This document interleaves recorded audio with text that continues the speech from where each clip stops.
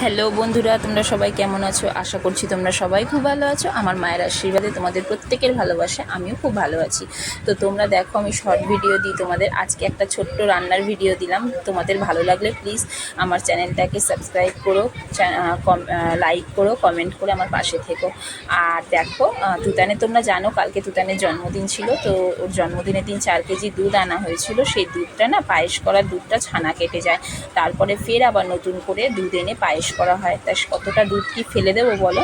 তো আমি গতকাল কি করেছি, দুধ ছানাটা রেখে দিয়েছিলাম। আজকে সেই ছানাটা দিয়ে বলি কি বানাই, তো ভেবে দেখলাম রসগোল্লা বানিয়ে নিই। তাই তোমরা দেখতে পাচ্ছ ছানাটা ভালো করে জল ঝরিয়ে আমি ভালো করে ছানাটাকে চটকে নিচ্ছি। তো চটকে ডোটাকে দেখো এত সুন্দরভাবে চটকাতে হবে, সেই ছানার ডোটা কিন্তু আর হাতেও লাগবে না, থালাতেও লাগবে না। দেখতে পাচ্ছ তোমরা, থালাতেও লেগে নেই, হাতেও লেগে নেই, পুরো পরিষ্কার হয়ে গেছে। তো অতটা ছানা কি করবো বলো, ফেলে দেবো, গায়ে লাগে না। 4 কেজি দুধের ছানা। আর দেখো কত আমি এবার রসগোল্লাগুলো বানাচ্ছি।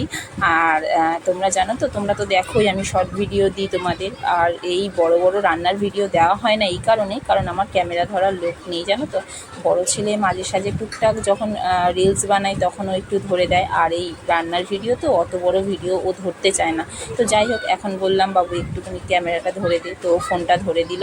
আর এই তোমরা দেখো বেশ অনেক কিন্তু রসগোল্লা হয়েছে। 4 কেজি ছানার, মানে 4 কেজি দুধের ছানার অনেক কটাই রসগোল্লা হয়েছে।